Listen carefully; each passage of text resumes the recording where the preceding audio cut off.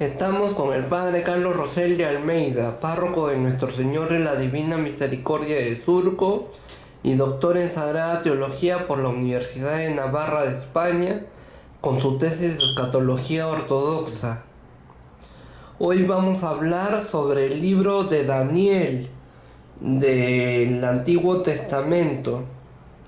Padre, ¿quién fue el autor del libro de Daniel del Antiguo Testamento? Has hecho una buena pregunta porque hay que diferenciar al autor del libro del protagonista del libro.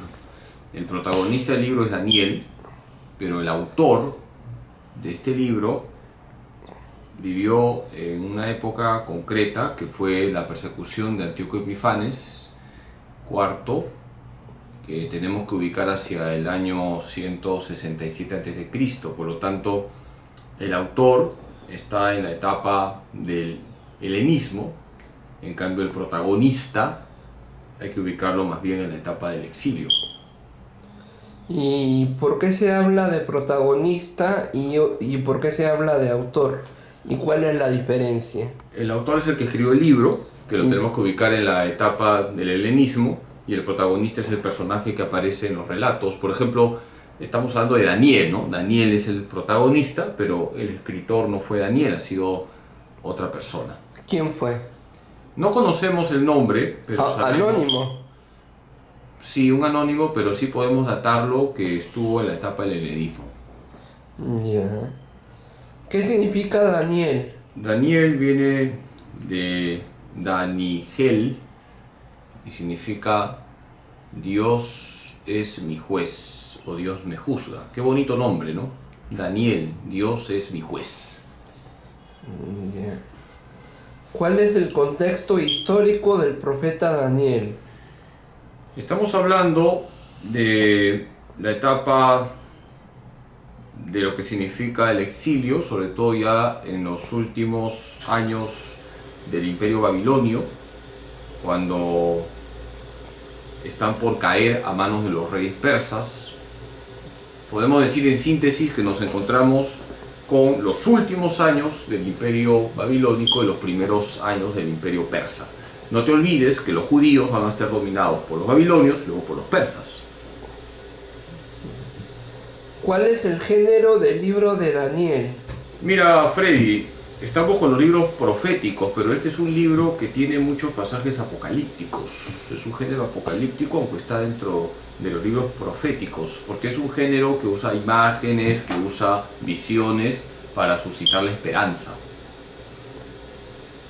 ¿Y por qué usa imágenes y visiones? Porque en el género apocalíptico, a través de todo este recurso literario, las imágenes, las visiones, te quiere comunicar un mensaje que no es posible transmitirlo a través de un relato histórico o un relato poético, sino a través de una serie de recursos como la lucha entre los ángeles buenos y los malos, la presencia de animales, etcétera, etcétera, para decirte que Dios va a intervenir en la historia y Dios va a traer justicia.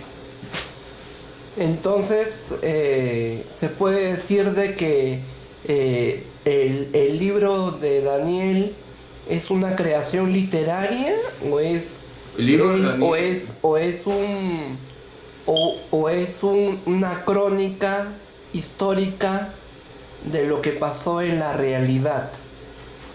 A ver, como creo que ya lo hemos dicho, en la Biblia hay un lenguaje, hay un acontecimiento histórico en el fondo y hay una verdad salvífica. Entonces, hay un lenguaje que he dicho que hay partes que tienen el género apocalíptico, hay un lenguaje, hay creaciones literarias, pero en el fondo hay un acontecimiento histórico. Estamos hablando de un profeta Daniel que está en un contexto histórico concreto. Estamos en los últimos años del Imperio Babilónico, en los primeros años del Imperio Persa, hay un contexto histórico y hay una verdad que te quiere comunicar Dios. ¿Y cuál es esa verdad? Eso creo que tienes que preguntarlo después, ¿no? Porque todavía no hemos hablado de esa pregunta. Siempre preguntas tú cuál es la enseñanza del libro de Daniel, pero ahora te estás yendo un poquito, digamos, por una rama, porque siempre tú preguntas cuál es el género literario y luego preguntas cuáles son los capítulos, entonces, y luego preguntas cómo se divide el libro y luego preguntas qué nos enseña. Entonces estás adelantándote, si quieres te lo respondo ahorita, ¿no? Ya, ¿cuál es esa verdad? A ver, el libro de Daniel comunica varias verdades. Comunica que tenemos que ser fieles a los mandatos de Dios. Por ejemplo, Daniel es fiel a Dios y Dios lo protege en el foso de los leones.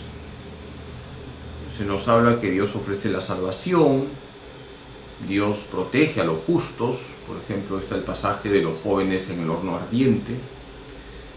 Hay otra enseñanza salvífica muy importante.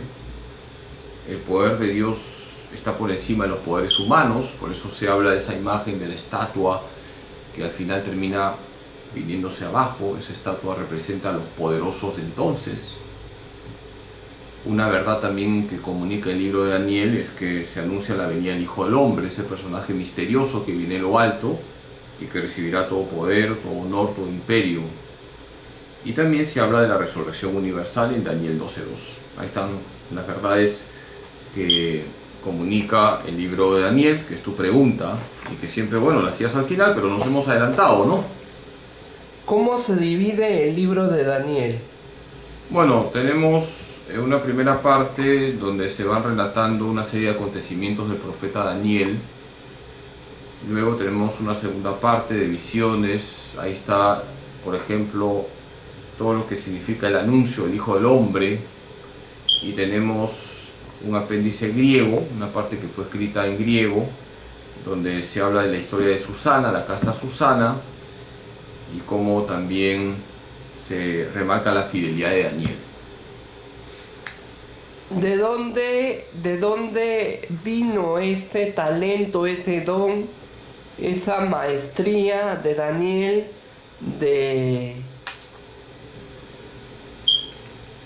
de traducir visiones de los demás?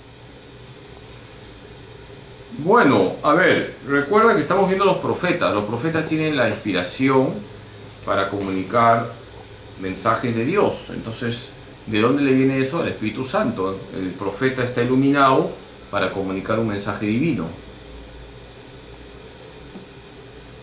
¿Cree que Daniel fue un visionario?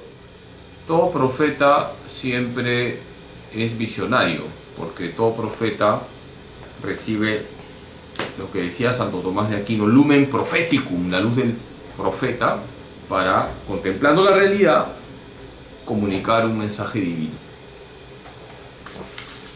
Daniel era un visionario y se podría decir que también te fungía o cumplía la misión, el papel, el rol de vidente, o no es vidente.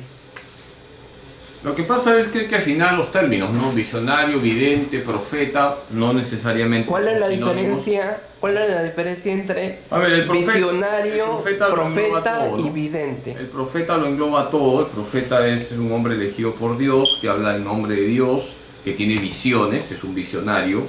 También es un vidente, Dios le hace ver.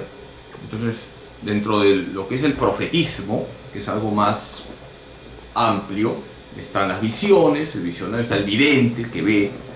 Ahora, el vidente puede ser vidente en un punto concreto, ¿no? Por ejemplo, no sé, pues Dios te ilumina y ves que la pandemia se acaba en un mes. Bueno, es un vidente ya. Eso no ocurre ordinariamente, pero no necesariamente el vidente es profeta, pero el profeta es visionario y el profeta es vidente. ¿Cómo se obtiene, cómo se adquiere, cómo se da ese don, ese talento de ser vidente? A ver, creo que tú ya lo sabes responder, porque hemos dicho hasta la saciedad que estamos hablando de autores que son inspirados por el Espíritu Santo. Entonces, es Dios quien da la gracia y uno responde y colabora. No todos tienen el carisma, por ejemplo, de la inspiración bíblica. El canon bíblico ya está cerrado, hay autores que han sido inspirados, ya se cerró el carisma de la inspiración bíblica. Cada uno tiene sus propios carismas. Ahora, todo bautizado es profeta, eso también hay que decirlo. Tú tienes también el carisma profético de anunciar la verdad y denunciar la mentira. Muchas gracias. Padre, una consulta. Sí. ¿Y cómo se cultiva ese carisma de profético, vidente y visionario? ¿O cómo se cultivan otros carismas que Dios da? Bueno, hijo, para cultivar los carismas primero hay que reconocerlos. Hay que conocerse uno mismo. Luego hay que cuidar nuestro trato con Cristo. Si no cuidamos nuestro trato con Cristo no podemos cultivar los carismas que Dios nos ha dado. Cada uno tiene su propia gracia. Y hay que pedirle al Señor la fidelidad y usar los dones que Dios nos ha dado para el servicio de los demás. Muchas gracias. Padre, una consulta. La última. Hablemos del género y de los capítulos. ¿Cuántos capítulos y qué género es? Lo ampallé. Lo que pasa es que hoy has hecho una entrevista desordenada. Tienes que seguir un orden, Freddy, ya te he dicho. Tú te has mandado porque yo te he dicho siempre ser ordenado, ¿no? Y no te extiendas demasiado, te lanzas, pareces una orden, paz, hermano, paz. No has seguido el orden que te dije, bueno, por eso te ha salido un sancochado. A ver, son 14 capítulos, ¿ya? Y estamos en el género que ya te he dicho, aunque es un libro profético, estamos con pasajes apocalípticos. Que Dios Todopoderoso les bendiga en nombre del Padre, del Hijo y del Espíritu Santo. Fue el Padre Carlos Rosel de Almeida, párroco de Nuestro Señor en la Divina Misericordia de Surco y doctor en Sagrada Teología por la Universidad de Navarra de España, con su tesis Escatología Ortodoxa. No se pierda la columna del Padre Carlos Rosel de Almeida todos los meses en el Correo Mariano. No se pierda el programa radial del Padre Carlos Rosel de Almeida en Radio María, Confirmando la Fe, los martes a las 10 de la mañana por Radio María Perú, en la radio o en el navegador, en el buscador de Google. Y no se pierda y no deje de leer Semillas de Misericordia, el último libro